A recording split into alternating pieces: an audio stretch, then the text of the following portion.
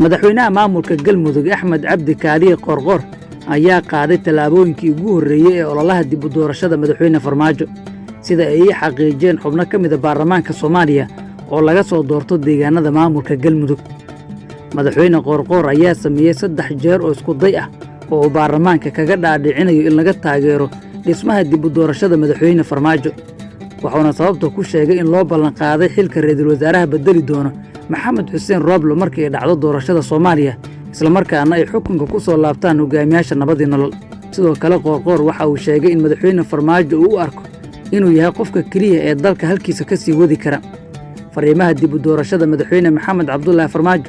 qoorqoor keliya wuxuu la wadaagay xubno kooban oo ka mid ah baarlamaanka galmudug kadib markii uu la qaatay kulamo gaargaar ah hogaamiyaha maamulka galmudug waxaa jira xubno ilaa hadda uusan si faahfaahsan ugu sheegin ololihiisa iyo damaca ku jira balse uu si kormara ugu sheegay damacaas waxaase la aaminsan yahay inuusan ku dhiiran karin xubnahaas oo 5tii sane ee lasoo dhaafay ahaa mucaarad xoog badan oo ka soo horjeeda maamulka villa soomaaliya xogta annilna waxay sheegaysaa in hogaamiyaha galmudug uu diiradda saaray sidii uu ku heli lahaa xubnaha cusub ee baarlamaanka ka soo galay deegaanada maamulkiisa iyadoo la tilmaamayo inuu u wakiisho 2 xubnood oo ka mid ah kuwa ku cusub baarlamaanka kana soo jeeda galmudug madaxweyne maxamed cabdullaahi farmaajo oo wakhtiga ka dhammaaday 1 sano ka hor wuxuu ka mid yahay murashaxiin doonaysa inay ka qayb noqdaan doorashada sanadkan ee 2022 waxaana la sheegaa inuu haysto codad dhowr ah inkastoo aan la ogeyn sida ay wax noqon doonaan dhaarinta baarlamaanka kadib hogaamiyaha galmudug oo aan doorashada maamulkiisa u qaban sidii ay damacsaneed villa soomaaliya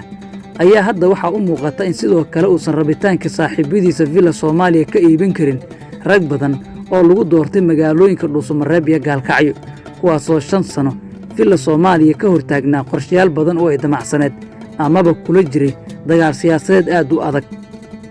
xildhibaan Mahad Salaad oo ka mid ah xubnaha golaha shacabka ee baarlamaanka soomaaliya ayaa habeenna ka hor qoorqoor ugu baaqay inuusan baarlamaanka u wadin jiha qaldan ama uusan gaariga ku furin busteejo aan sax ahayn tartanka doorashada madaxweynaha soomaaliya ayaa xilligan la saadaalin karin balse waxa uu madaxweyne farmaajo qayb ka yahay murashaxiinta rajada ka qaba in wareegga koowaad ay ka gudbaan maadaama la aaminsan yahay inuu taageero ka heli doono hogaamiyaha maamulka koonfur galbeed iyo dhowr xubnood oo kale oo baarlamaanka ka soo galay maamul goboleedyada kale